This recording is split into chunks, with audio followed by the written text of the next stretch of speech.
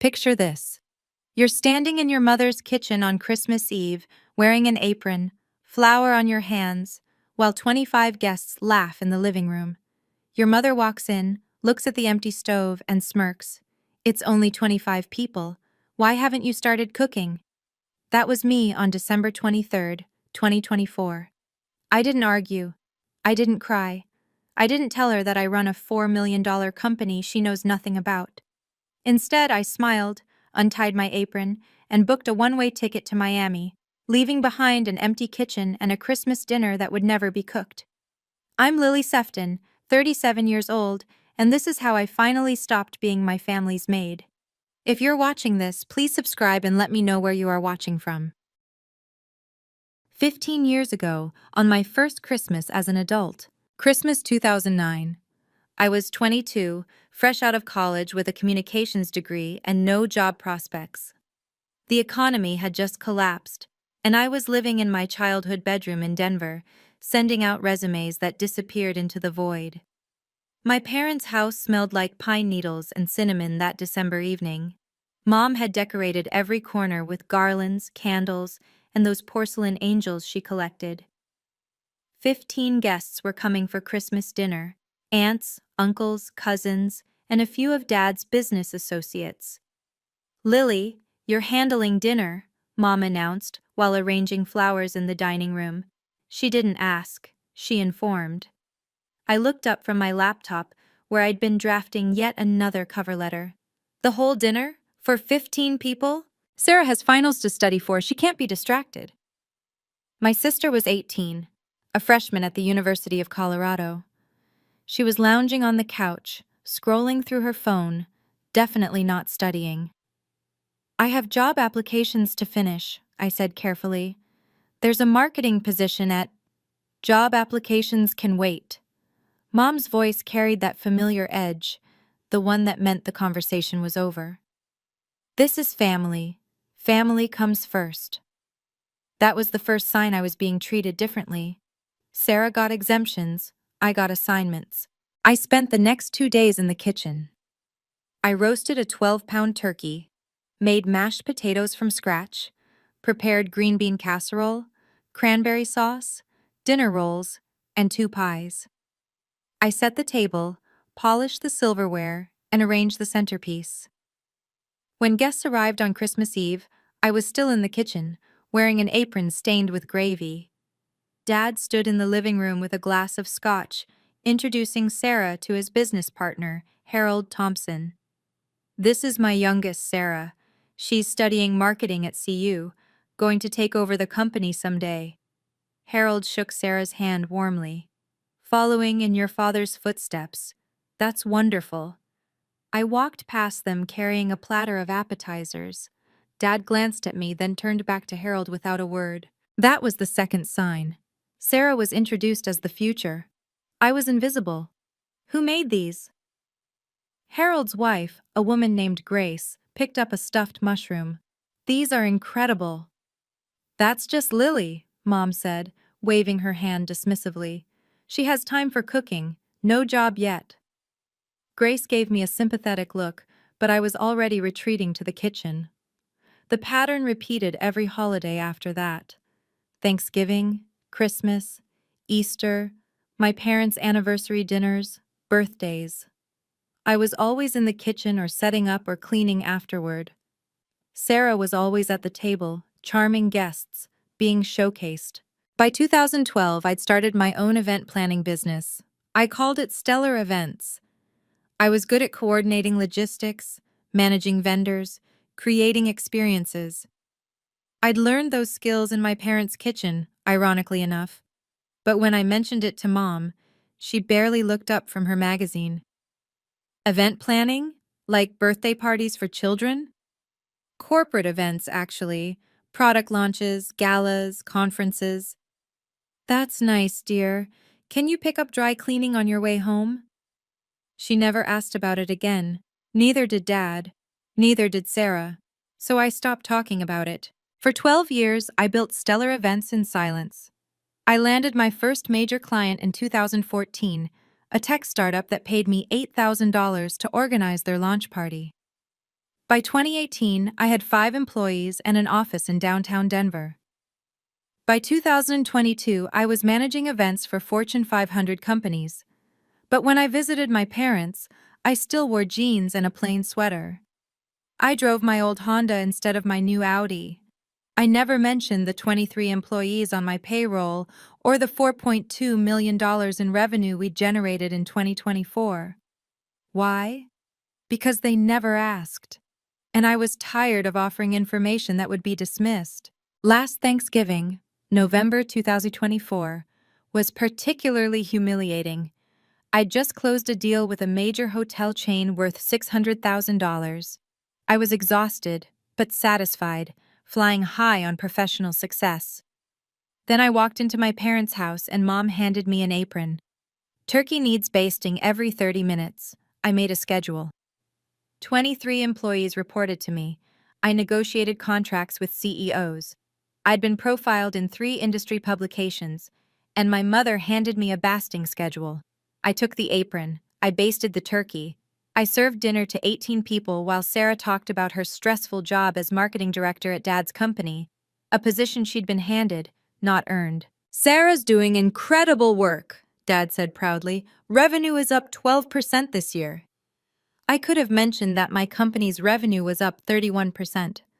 But what was the point? They'd find a way to minimize it. They always did. After dinner, while I was elbow-deep in dishwater, I made a decision. This would be my last holiday as the family servant. I didn't know yet how I'd break the cycle. I just knew I couldn't do this anymore. 15 years of being overlooked was enough. I dried my hands, hung up the apron, and drove home to my apartment, the one my family had never visited because they'd never asked to see it.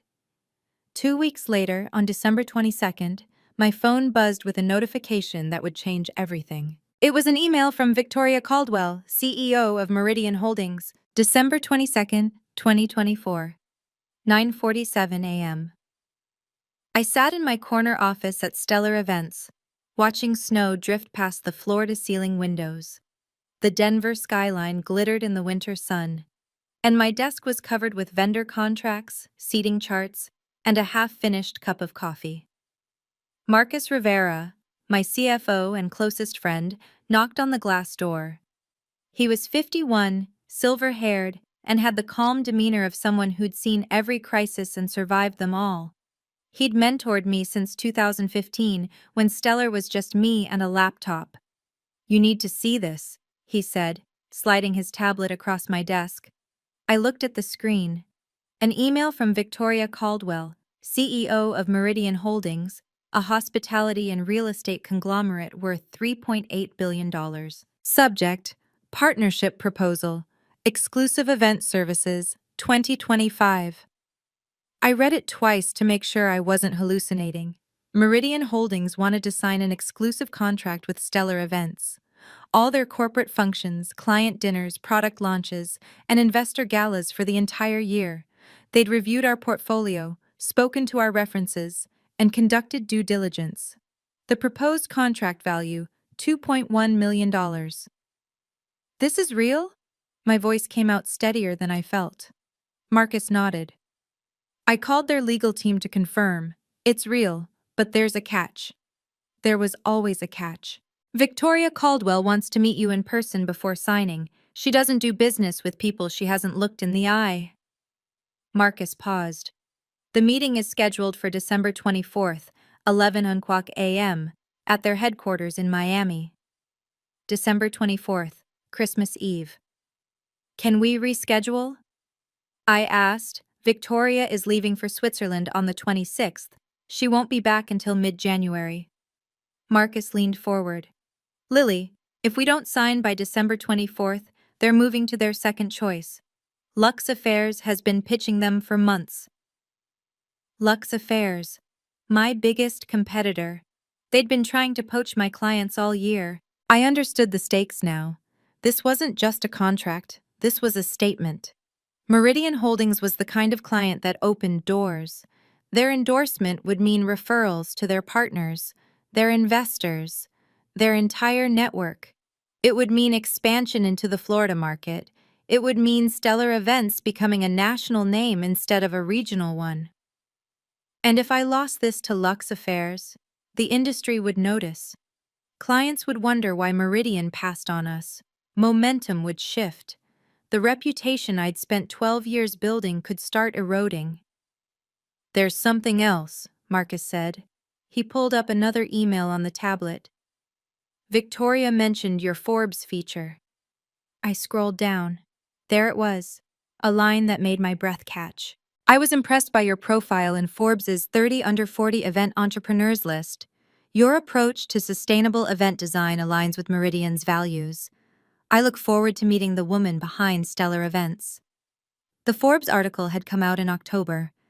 I'd been interviewed for 2 hours, photographed in my office, quoted extensively about innovation in the event industry. The piece called me a quiet force reshaping corporate gatherings. I'd never shown it to my family. What would be the point? Mom would find something to criticize. Dad would compare my revenue to his. Sarah would roll her eyes. But Victoria Caldwell had read it. Victoria Caldwell was impressed. Book my flight, I said.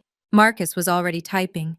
Done. You leave tomorrow night, December 23rd, 8:45 p.m. Arriving Miami 1:30 a.m. Hotel reservation at the Fontainebleau. Meeting at 11:00 a.m. sharp.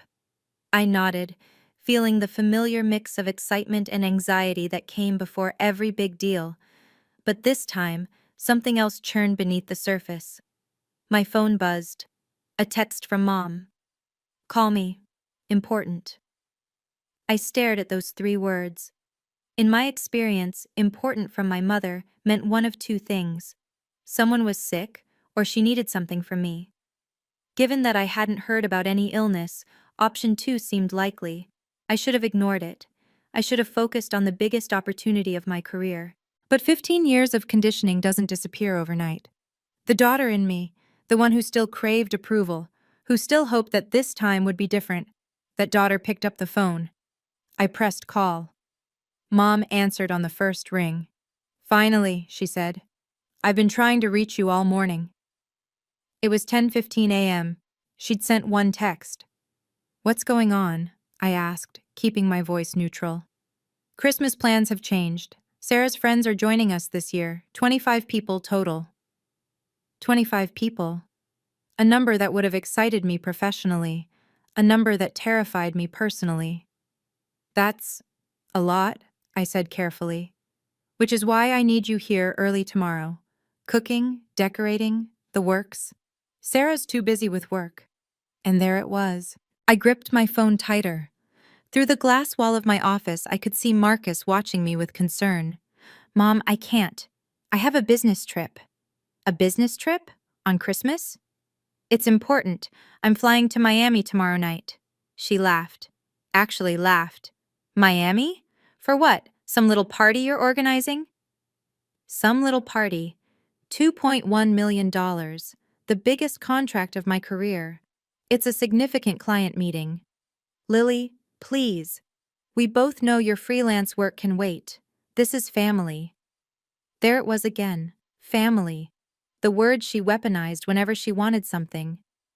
I can't cancel this trip. Can't or won't? My jaw tightened. Both. Silence on the line. I heard her sharp intake of breath, the precursor to the guilt trip I knew was coming. Do you know how hard I've worked to make this Christmas special? Sarah has been under so much pressure at work. She needs this celebration, and her friends are very important people, colleagues, potential clients for your father's business. This isn't just a dinner party. This is networking. Networking. For Sarah.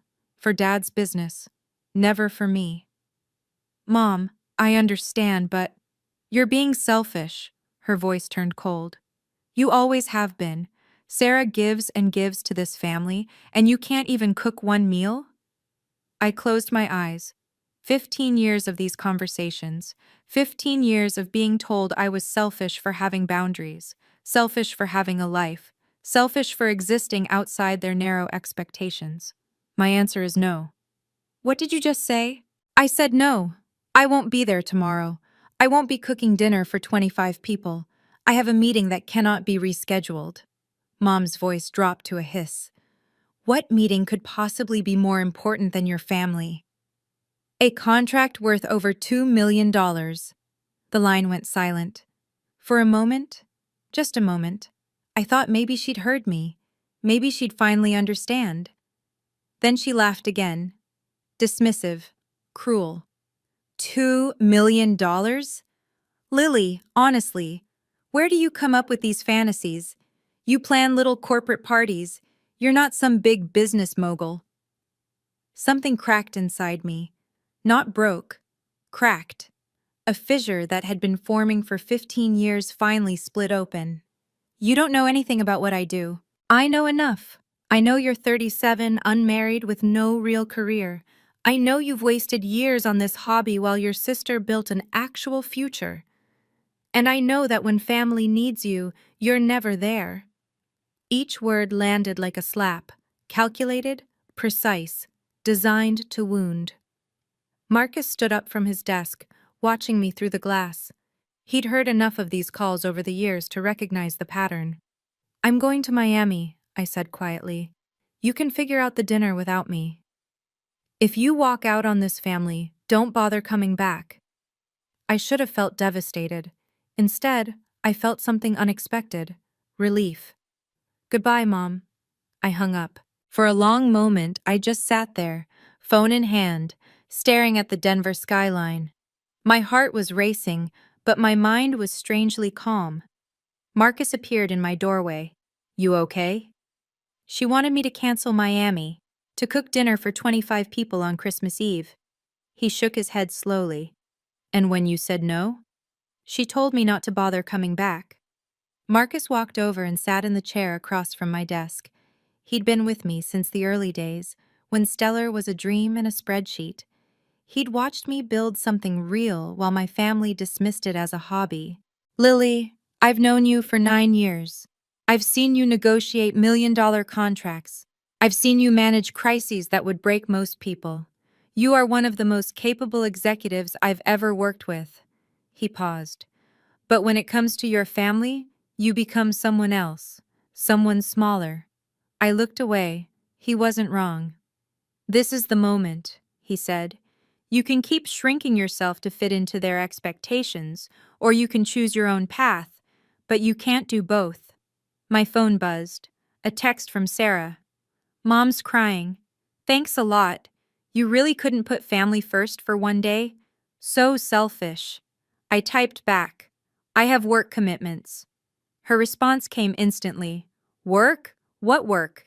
You plan birthday parties, get over yourself. I could have replied. I could have explained. I could have defended myself. Instead, I deleted the text thread.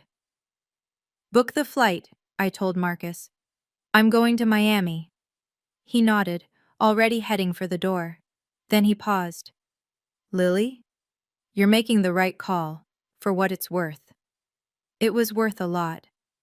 That night, I went home to my apartment, the 2-bedroom loft in Low-High that cost $3,000 a month, with exposed brick walls and a view of the mountains.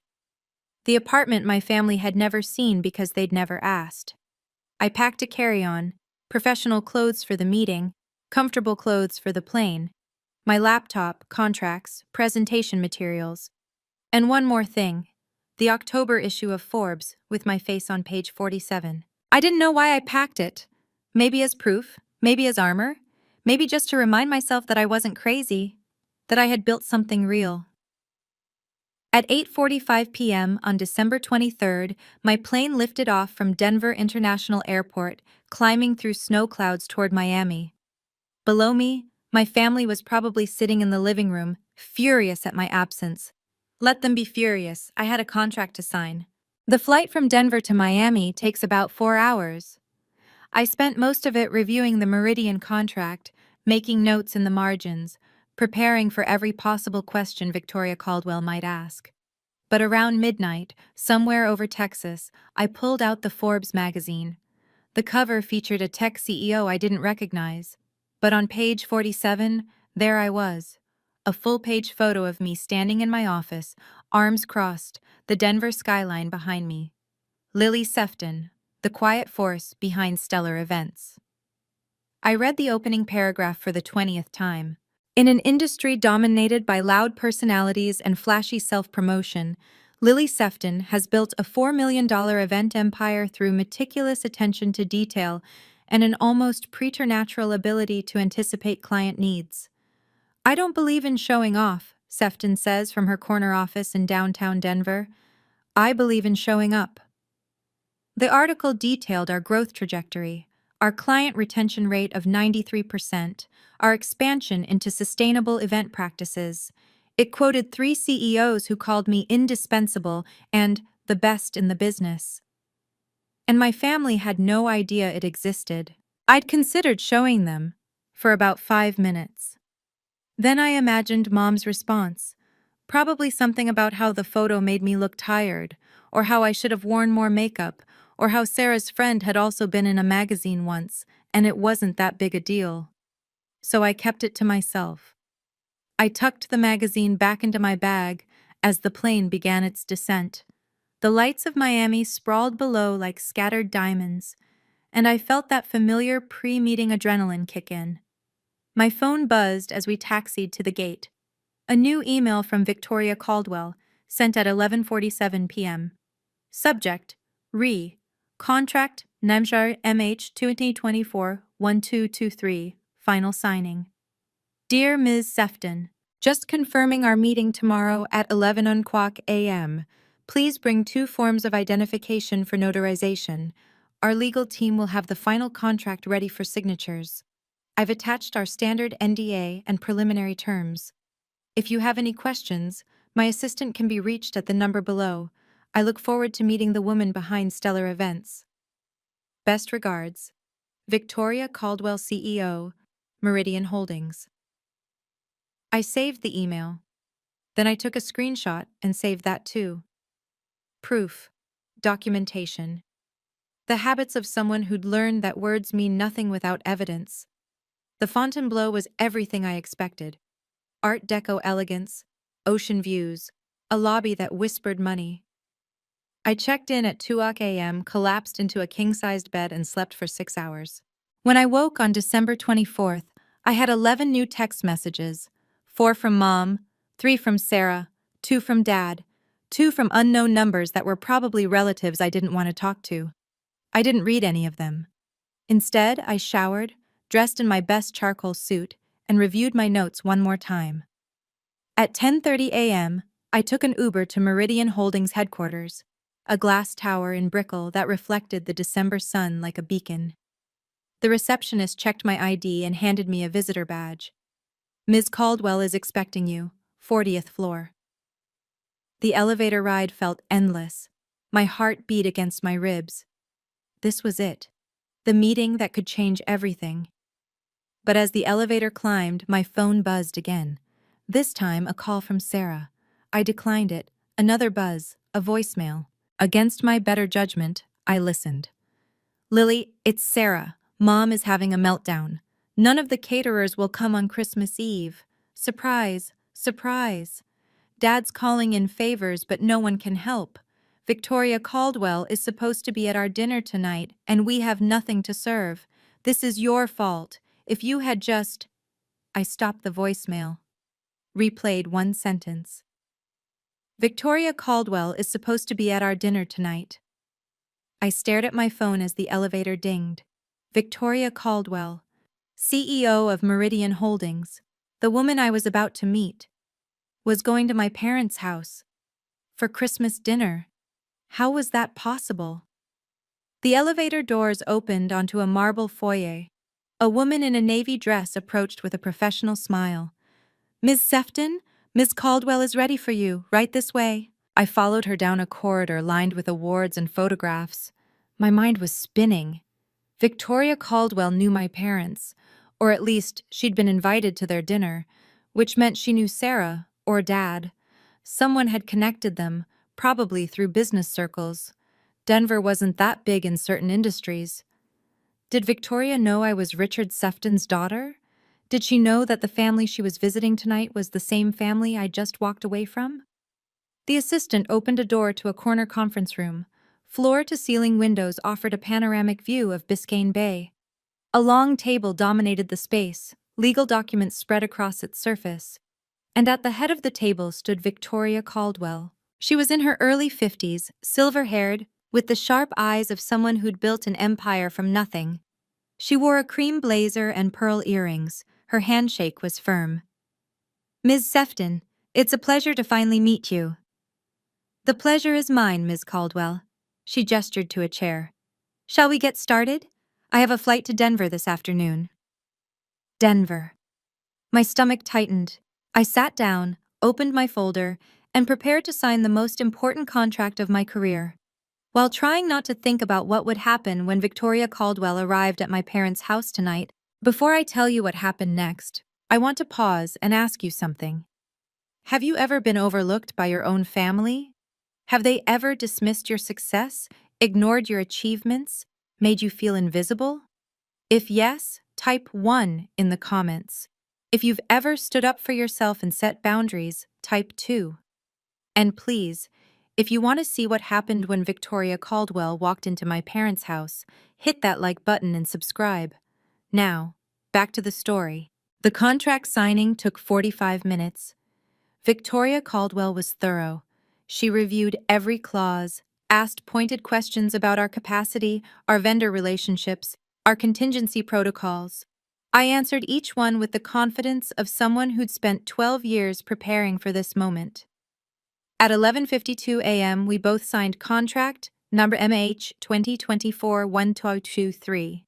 A photographer captured the moment. Victoria and me shaking hands, the Miami skyline glittering behind us. Her assistant notarized the documents and presented me with my copy in a leather folder embossed with the Meridian Holdings logo. "Welcome to the Meridian family," Victoria said, smiling warmly. "I have a feeling this is going to be an exceptional partnership." I couldn't agree more. We exchanged a few more pleasantries, and then her assistant appeared with a gentle reminder about her flight. "I'm spending Christmas Eve with some business associates in Denver," Victoria mentioned as she gathered her things. "The Seftons, do you know them? Richard runs a construction supply company. His daughter Sarah is quite impressive." My throat tightened. "I've heard of them. Richard is a potential investor for a project we're developing. His wife invited me to their Christmas dinner." She laughed lightly. "Normally I'd decline, but I'm curious about their operation. And I'm told the food is spectacular." The food. The food I was supposed to have cooked. I managed to keep my expression neutral. "I hope you enjoy yourself."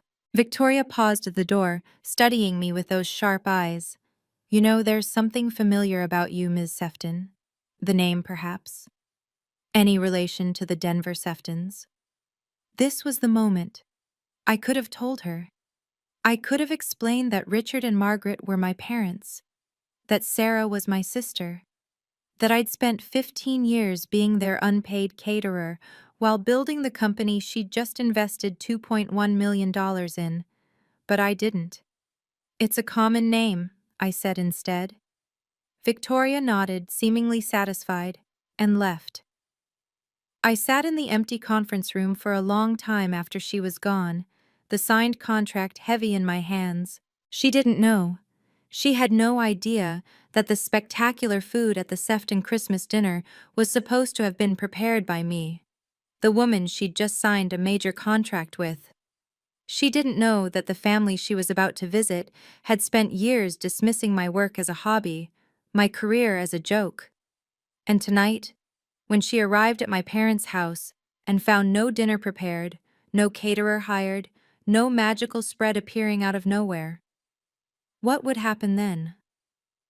A dark part of me wanted to see it, wanted to watch my mother scramble, my father make excuses, my sister's carefully constructed image crumble. But a larger part of me felt something unexpected. Exhaustion. I was tired of the drama, tired of being pulled into their orbit, tired of defining my worth by their reactions. I had what I came for. The contract was signed. My company's future was secured. Whatever happened in Denver tonight was no longer my problem. I flew back that afternoon, landing in Denver at 6:47 p.m., exactly the time the Sefton Christmas dinner was supposed to begin. I took an Uber from the airport to my apartment, ordered Thai food, and turned off my phone. For the first time in 15 years, I spent Christmas Eve alone. And it was peaceful. I didn't know yet what was happening at my parents' house. I wouldn't find out until the next morning. But I can tell you now, because I pieced it together later from accounts by Grace Thompson and two other guests who were there. At 5:30 p.m., Margaret Sefton walked into her kitchen expecting to find the usual: trays of appetizers, a roasting turkey, pots simmering on every burner. Instead, she found nothing. Cold appliances, empty counters, no Lily. "Richard!" Her voice echoed through the house. "Richard!" My father appeared, adjusting his tie. "What's wrong? Where's the food? Where's Lily? I thought you said she was handling it." "She was. She was supposed to be here hours ago." Sarah descended the stairs, dressed in a red cocktail dress. "What's going on? Why are you yelling?" "Your sister abandoned us. There's no dinner." The next hour was chaos. Phone calls to every catering company in Denver, all booked or closed for the holiday. A desperate run to the grocery store, only to find the prepared food section picked clean. My father called in favors with 3 restaurants, all of whom politely declined. By 6 p.m., when guests began arriving, the Sefton dining table held this: 2 store-bought rotisserie chickens, 3 bags of pre-mixed salad, a cheese platter from Costco, and dinner rolls still in their plastic packaging. Grace Thompson, the woman who'd complimented my stuffed mushrooms 15 years ago, stood in the living room surveying the scene. "Margaret, is everything all right? You seem flustered." "Everything's fine." My mother's smile was brittle. "We had a little catering snafu, last-minute changes." 25 guests mingled awkwardly. The house was beautiful, decorated to perfection, but the food told a different story. This wasn't the elegant dinner party my mother had promised. This was a disaster barely concealed by Christmas lights. At 7:15 p.m., Victoria Caldwell arrived. She swept into the living room with the confidence of someone accustomed to commanding attention. Her pearl earrings caught the light as she shook hands with Richard, complimented Margaret's decorations, exchanged pleasantries with Sarah. "Thank you so much for having me," Victoria said warmly. "I've heard wonderful things about your Christmas dinners." Margaret's smile tightened. "Yes, well, this year is a bit different. We had some unexpected challenges." Victoria glanced toward the dining room, where the rotisserie chickens sat in their sad splendor. Her expression remained politely neutral, but I imagined she was silently revising her opinion of the Sefton family's competence. My father steered the conversation toward business. My mother poured wine liberally. My sister worked the room, trying to distract from the obvious. And then Grace Thompson said the words that would unravel everything. She was scrolling through her phone, LinkedIn probably, or maybe Instagram, when she stopped abruptly. "Oh my God," Grace said, loud enough for the group nearby to hear.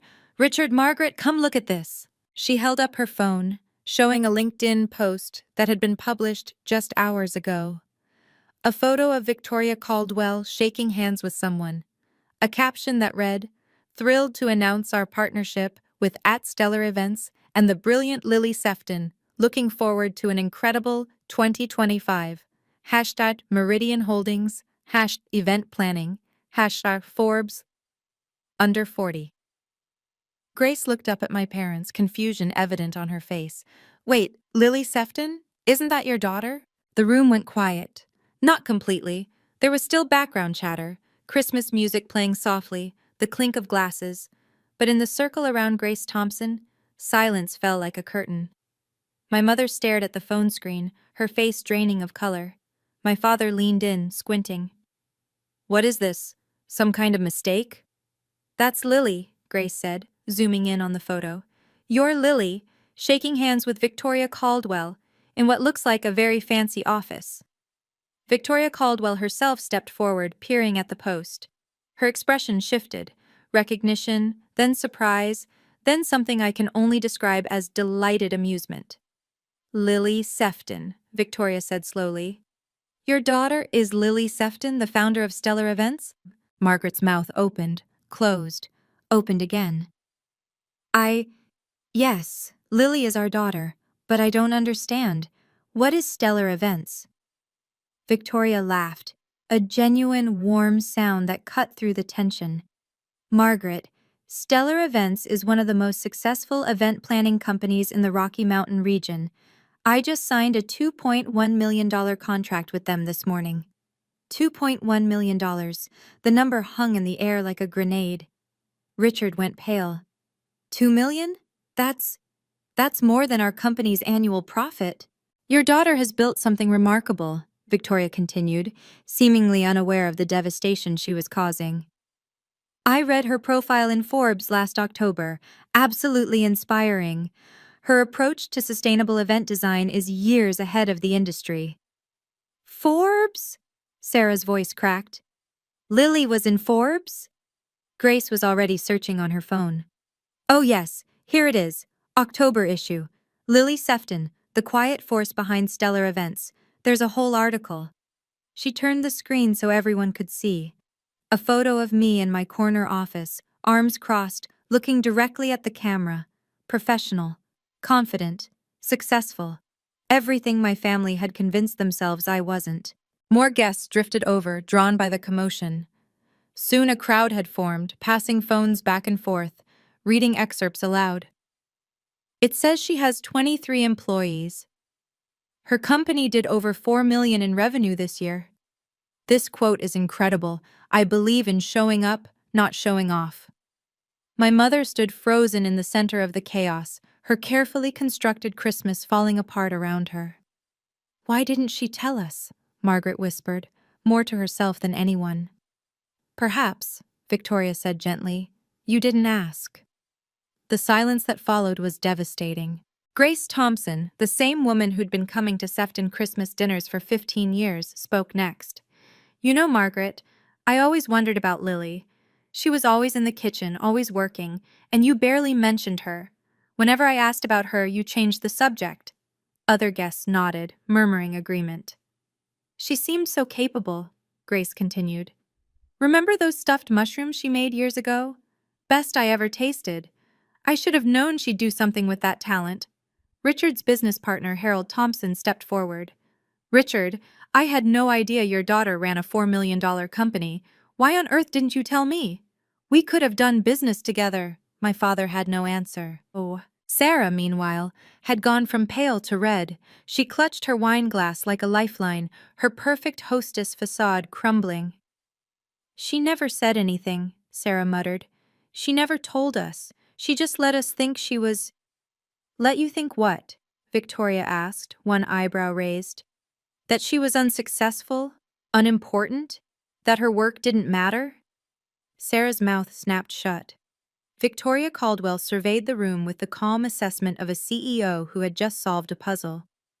I met Lily this morning. She was professional, prepared, and one of the most impressive young executives I've encountered. We talked for nearly an hour before signing. She paused. She never mentioned she was related to you. Another blow. Margaret's hand trembled as she set down her wine glass. She didn't tell you? That we're her family? I asked if she was related to the Denver Seftons. She said it was a common name. The implication landed hard. Lily hadn't claimed them, hadn't wanted to be associated with them, had kept her family's connection hidden, not out of shame about herself, but perhaps out of something else entirely. Oh my God, Grace breathed, realization dawning. That's why she's not here tonight. That's why there's no dinner. She was in Miami, signing this contract. While you expected her to cook for 25 people, Harold added, his tone coolly critical. Richard's face had gone from pale to purple. Now wait just a minute, this is a family matter. Is it? Victoria asked. Because from where I'm standing, it looks like you've been treating a very successful businesswoman like household help. And when she finally had an opportunity that mattered, a contract with my company no less, you expected her to prioritize dinner rolls over her career. The silence was absolute. Somewhere in the background, Silent Night played on the sound system. Ironic. Victoria turned to my parents with a pleasant smile that didn't quite reach her eyes. I think I understand now why Lily didn't mention the connection. Please give her my regards when you speak to her. And do thank her for me. If she hadn't stepped away from this dinner, we might never have met today. She set down her untouched wineglass. Now, if you'll excuse me, I have a flight to Switzerland in the morning. Margaret Richard, thank you for the invitation. It was illuminating. She left without looking back. The front door clicked shut behind her, and the room erupted. Guests clustered in groups, whispering about Forbes articles and million-dollar contracts, and the daughter the Seftons never mentioned. My mother sank into a chair, her Christmas party in ruins. My father retreated to his study, slamming the door. Sarah fled upstairs, presumably to cry or rage or both. And in my apartment across town, I sat on my couch with pad thai and Netflix, blissfully unaware of the revolution happening in my parents' living room. I wouldn't learn the full story until December 26th, when Grace Thompson called me directly. "Lily," she said, "I owe you an apology. I've known your family for 15 years, and I never once asked what you actually did for a living. That was wrong of me." "It's okay, Grace. You're not the one who should be apologizing." "Maybe not. But I want you to know what Victoria said at the party about you being one of the most impressive executives she'd met. Everyone in that room heard it. Everyone knows now." She paused. "Your parents have a lot of explaining to do, and I don't think the community is going to let them forget this anytime soon." A small, petty part of me felt satisfaction. A larger part just felt tired. "Thank you for telling me, Grace." "Of course. And Lily? Congratulations on the contract. You've clearly worked very hard. You deserve every success." No one in my family had ever said those words to me. It took a near stranger to say them first. Christmas night in Miami was warm and quiet. I sat on the balcony of my hotel room at the Fontainebleau, watching the moon paint silver stripes across the Atlantic. I'd ordered room service, steak, roasted vegetables, a glass of red wine. The contract folder lay on the table beside me, its weight somehow reassuring. My phone was turned off. It had been off since I landed. 15 missed calls, 32 text messages, 6 voicemails, all from family members I had no desire to speak with. But now, with the contract signed and my future secured, I felt ready. Not ready to forgive, not ready to reconcile, just ready to be clear. I turned on my phone and watched the notifications flood in. "Mom, 6:47 p.m.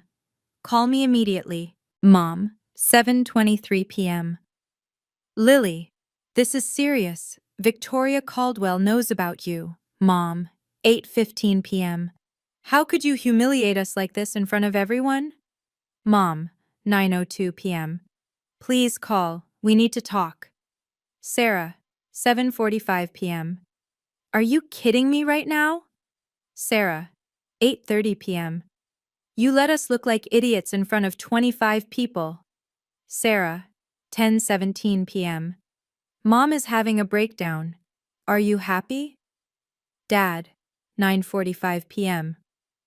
Lily, we need to discuss what happened. This isn't how family should operate." I read each message without emotion. The manipulation was so obvious now. The guilt trips, the blame shifting, the complete absence of accountability. Not one message congratulated me on the contract. Not one message acknowledged that I had built something worth celebrating. Not one message apologized for years of dismissal. My phone rang. Marcus. "Hey," I answered. "Merry Christmas, Lily. How are you holding up?" "Better than I expected." I took a sip of wine. "The contract is signed. Victoria was incredible." "I heard. She emailed me after the meeting, said you were even more impressive in person than on paper." He paused. "I also heard about what happened in Denver. News travels fast." Victoria's assistant sent a message to our team. Apparently, the Sefton Christmas dinner was quite the spectacle. I laughed. A real laugh, maybe the first one in days. I can only imagine. Lily, listen, you made the right call. You chose your career, your company, your future. You don't owe them anything. I know. And for the first time, I actually believed it. After we hung up, I opened my laptop and began drafting an email. Not a rant, not an accusation, just a clear, professional statement, the kind I would send to a difficult client. 2. Richard Sefton, Margaret Sefton, Sarah Sefton.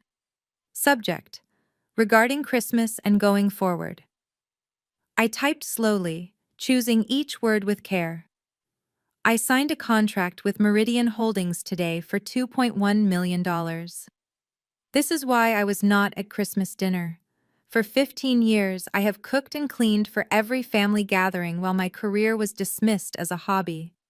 When I told Mom I had an important meeting, she laughed. When I set a boundary, I was called selfish. I am not selfish for prioritizing my work. I am not ungrateful for having standards. I am not a failure because my success doesn't fit your definition. I will not apologize for choosing myself. I am open to rebuilding our relationship, but only under certain conditions. I will no longer be treated as the family caterer. I will be respected as an equal member of this family. My career will be acknowledged, not dismissed. If these conditions are unacceptable, I understand. But I will not return to the way things were. I will reach out when I am ready to talk. Lily. I read it 3 times, revised one sentence, then hit send. For a long moment, I just sat there, watching the waves.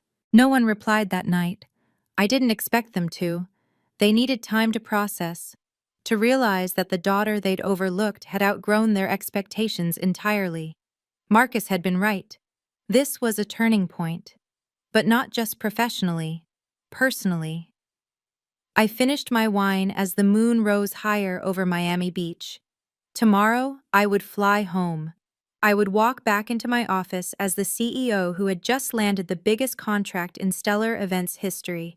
I would build on this success, expand into new markets, hire more staff, and my family would have to decide, did they want a relationship with Lily Sefton, CEO and founder? Or did they only want the Lily who stayed small, stayed quiet, stayed in the kitchen? I already knew the answer I needed. The question was whether they were capable of giving it. I want to pause here for a moment. If this story is resonating with you, if you've ever felt overlooked, undervalued, or taken for granted by the people who should love you most, please take a second to hit that subscribe button and turn on notifications. And tell me in the comments, do you think I should forgive my family? Or should I keep the boundaries I've set? Now let me tell you what happened next. The fallout began on December 26th and rippled outward like a stone dropped in still water. Victoria Caldwell's LinkedIn post had been shared 2,347 times by the time I checked that morning. The comments section was filled with congratulations, industry connections reaching out, potential clients expressing interest. 3 hours after Victoria posted, Entrepreneur magazine sent an email requesting an interview about the event industry's rising stars. My inbox filled with partnership inquiries, 6 in total, from companies I'd been trying to connect with for years. The Meridian contract didn't just secure our future, it announced us to the world. But in Denver, the ripples looked very different. Grace Thompson posted on Facebook that afternoon. She didn't name names, but everyone in their social circle knew exactly who she was talking about. This Christmas, I learned an important lesson. Never underestimate the people in your own family. Sometimes the most successful person in the room is the one nobody notices. The post got 287 likes and 43 comments. Several people tagged my parents indirectly, asking pointed questions about family dynamics and supporting our children's dreams. Margaret's phone began ringing. Women from her charity committee, her book club, her garden society, all calling with thinly veiled curiosity about the Forbes situation. "I heard your daughter is quite the businesswoman," one said. "Why didn't you ever mention she was so successful?" asked another. My mother had spent years cultivating an image: devoted wife, supportive mother, pillar of the community.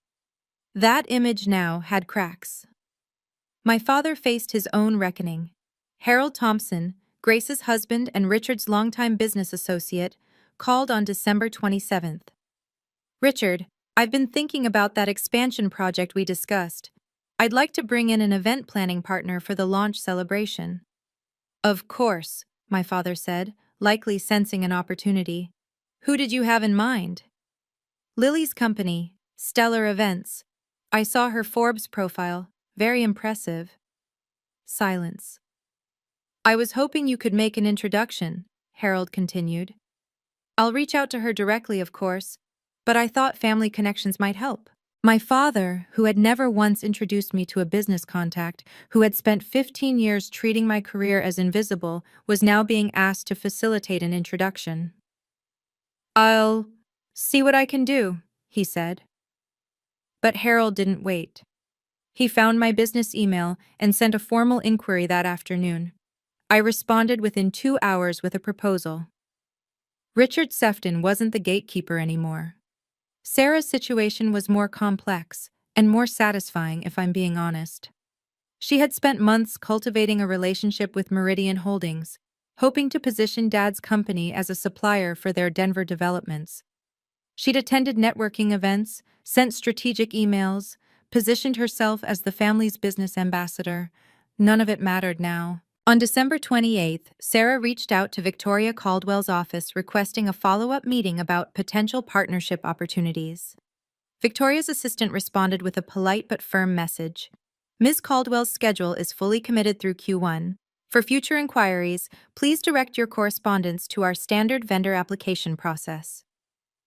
Translation: You're not a priority. Sarah had spent years riding the wave of parental favoritism, assuming that her position as the successful daughter was secure. Now, in the space of 72 hours, that identity had been shattered. I didn't feel joy at her pain, but I'd be lying if I said I felt sorry. As for me, the professional momentum was undeniable. By December 30th, I had confirmed 3 new client meetings for January, received 2 job offers from competing firms, both of which I declined, been contacted by a literary agent who thought my story of entrepreneurial perseverance could make a compelling memoir.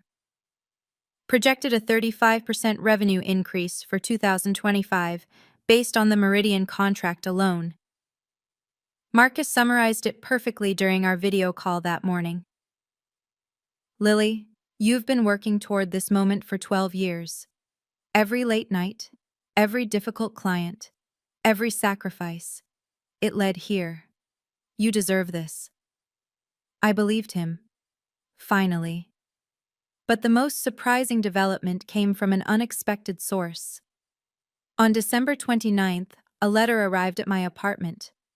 Not an email, an actual handwritten letter, sent via overnight delivery. The return address was my parents' house. The handwriting was my father's. I almost didn't open it. What could he possibly say that would matter? But curiosity won. "Dear Lily, I've spent the last 4 days trying to understand how I missed what was right in front of me. You built a company, a real company, with employees and clients and revenue that exceeds my own. And I didn't know. Because I never asked. I told myself I was a good father. I told myself I supported both my daughters. But the truth is, I saw what I expected to see. I expected Sarah to succeed, so I looked for her successes. I expected you to struggle, so that's all I saw. I was wrong, deeply, terribly wrong. I don't expect forgiveness. I haven't earned it. But I want you to know that I see you now. I see what you've accomplished, and I am proud, belatedly, inadequately, but genuinely proud of the woman you've become. If you're willing, I would like the chance to learn about Stellar Events, to understand your work, to know my daughter. Whatever you decide, I will respect it. Your father, Richard." I read the letter 3 times, then I set it on my kitchen counter and made coffee. I wasn't ready to respond. Not yet. A letter didn't erase 15 years, words didn't undo actions, but it was at least a start. New Year's Eve, 2024, December 31st. I stood at my apartment window, watching fireworks explode over downtown Denver. The city glittered with celebration, the last minutes of a year that had changed everything. My phone sat on the counter, silent for once. I'd set new boundaries there too, muting group chats, declining calls I wasn't ready for, responding on my own timeline rather than theirs. The letter from my father still lay where I'd left it, next to my coffee maker. I'd read it a dozen times in the past 2 days. Each time, I felt something different: anger, sadness, hope, skepticism. Finally, at 11:47 p.m., I picked up my phone and called him. He answered on the first ring. "Lily?" "Hi, Dad." A long pause. I could hear my mother in the background asking who was calling. He didn't answer her. "Thank you for calling," he said finally. "I didn't expect. I wasn't sure you would." I almost didn't. I kept my voice steady, professional. "But I've been thinking about what comes next." "So have I." "Dad, I'm willing to try. To rebuild something, but not the way things were." "I understand." "I mean it. No more being the family caterer, no more dismissing my work, no more treating me like I'm invisible while Sarah gets the spotlight." I took a breath. "If I come to family events, I come as a guest, an equal, not as staff. That's fair, more than fair. And I need you to actually ask about my life, not just assume you know. Ask about my company, my clients, my goals. Be interested." Another pause. When he spoke again, his voice was rougher. "I should have been doing that all along." "Yes, you should have." The silence stretched between us, filled with 15 years of things left unsaid. But for the first time, it didn't feel hostile. Just tired. "Your mother," Dad said carefully, "is struggling with this. She's not ready to admit she was wrong. Not yet." "I know." I'd received no letter from Margaret, no voicemail, just a single, brittle text. "Happy New Year. Hope you're well." Performative politeness masking resentment. "Give her time," Dad said. "I've given her 15 years. He had no response to that. "I'll come to dinner next week," I said finally. "Sunday. But I'm coming as a guest. Someone else can cook." "I'll order from that Italian place you used to like." A small thing, but a start. After we hung up, I stood at the window and watched the clock tick toward midnight. In a few minutes, it would be 2025. A new year, a new chapter. Victoria Caldwell's contract was signed. Harold Thompson's proposal was in my inbox. Entrepreneur magazine wanted an interview. My company was poised for its biggest year yet. And my family, the people who had overlooked me for so long, finally saw me. Not because I'd forced them to, not because I'd screamed or fought or demanded, but because I'd walked away, because I'd chosen myself, because I'd let success speak louder than any argument ever could. There's a quote I love. I don't remember who said it. "The best revenge is massive success." But I don't think of it as revenge anymore. Revenge implies you're still focused on the people who hurt you, still measuring your worth by their standards, still trying to prove something to them. What I did wasn't revenge. It was self-respect. The fireworks reached their crescendo at midnight. My phone buzzed with a text from Marcus. "Happy New Year, boss. 2025 is going to be incredible." I typed back, "You're right, it already is." Then I opened a new document on my laptop and started planning. Not the next client event, not the next contract negotiation, my boundaries. Written out clearly, professionally, the way I would outline any business agreement. I will attend family gatherings as a guest, not a servant. I will not accept disrespect disguised as humor. I will not apologize for prioritizing my career. I will be treated as an equal, or I will not participate. I will respond to genuine attempts at connection and ignore manipulation. My time and energy are valuable. I will spend them accordingly. Simple rules, clear expectations, the kind of boundaries I should have set 15 years ago. But here's what I've learned. It's never too late. You're never too old, too far along, too entrenched to change the pattern. The moment you decide you deserve better is the moment everything shifts. My parents are not perfect. They may never fully understand what they did wrong or how much it cost me. Sarah may never apologize. But that's not my problem anymore. My problem is building the life I want, the career I've earned, the relationships I choose. And that's exactly what I'm going to do. So that's my story. A 15-year journey from being the family servant to signing a $2 million contract while my family scrambled without me. If you've ever felt overlooked, dismissed, or taken for granted, I want you to know that your success is waiting. It doesn't require their approval. It doesn't require their acknowledgement. It only requires you to bet on yourself. Thank you for watching. Thank you for staying with me through this story. If you've ever been overlooked by the people who should love you most, I want you to know you deserve respect. You deserve to be seen.